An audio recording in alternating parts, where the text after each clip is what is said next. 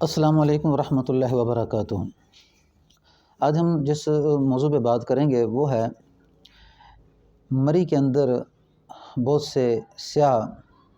جو سیر و تفریح کے لیے ہمارے مسلمان بھائی گئے، لیکن انہیں دوبارہ اپنے گھر میں واپس آنا نصیب نہ ہوا۔ بہت ہی افسوس والی موت ہے اور تکلیف دہ موت ہے اور پریشانی والی موت ہے کہ اچانک یہ سارے مسائل کھڑے ہو گئے۔ معزز سامعین اکرام، اللہ سبحانہ و تعالیٰ آپ کو دنیا آخرت کی ساری سعادتیں اور خوشیاں نصیب فرمائے جو اللہ سبحانہ و تعالیٰ اپنے نیک بندوں کو عطا فرماتے ہیں، لیکن یاد رکھیں کہ ہم لوگ منصیرہ سے ہیں۔ یہ منصیرہ زیادہ تر سرد علاقہ ہے، اسی طرح مری کے اندر بھی سرد علاقہ زیادہ ہے، پہاڑی علاقہ ہے، لیکن ایسے موسم میں کہ جہاں پہ سخت قسم کی سردی ہو رہی ہے اور برف باری ہے، ایسے موسم میں ہمارے پنجاب کے لوگ جو ہیں گرمی کے زیادہ علاقوں میں رہتے ہیں اور وہاں پہ جو ہے میدانی علاقہ ہے اور انہیں اتنا اندازہ نہیں ہے کہ یہاں پہ آنے کے بعد اگر وہ کسی حادثے کا شکار ہو جاتے ہیں تو وہ کس وجہ سے ہوتے ہیں۔ اس کر کے آپ سارے بھائیوں سے یہ درخواست ہے، مؤدبانہ گزارش ہے کہ سردی کے موسم میں نہ آپ مری کی سیر کریں اور نہ ہی اسی طرح ہمارے اس کغان علاقے یعنی بلاکوٹ سے اوپر جو علاقہ ہے نہران، اس علاقے میں بھی مت آئیں، اور اسی طرح اس نہران سے پیچھے والا علاقہ ہے جیسے چلاس ہے، اسی طرح کوہستان ہے، اور اسی طرح پھر یہ سارا سفر آگے گلگت کی طرف جاتا ہے۔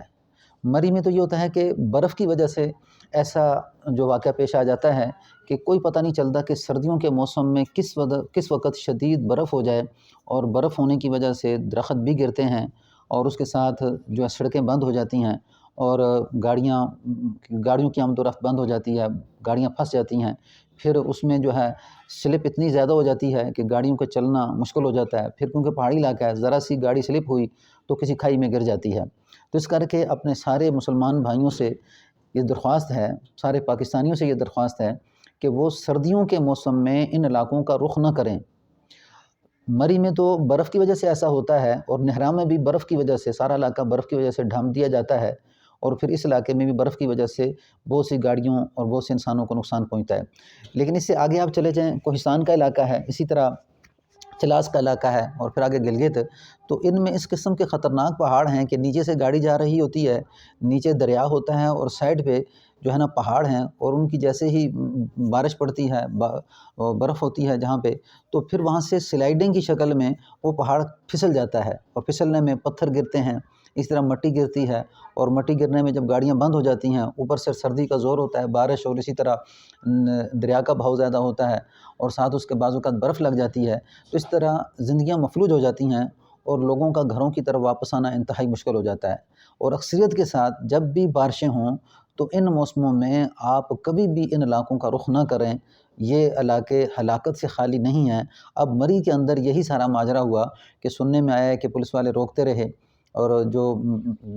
سڑکوں کے اوپر جن کی ڈیوٹی وغیرہ تھی، لیکن یہ بہت سارے لوگ یعنی کہ اس خوشی میں کہ جو ہے برف باری ہے تو ہم وہاں پہ کی سیر و تفریح کر کے واپس آ جائیں گے، لیکن وہ برف اس قدر تیز ہوئی، وہ خوش ہوتے رہے۔ ایک دو ویڈیو دیکھی جس میں یہ بتایا گیا کہ بچوں سے پوچھا گیا کہ بھئی آپ واپس گھر جاؤ گے،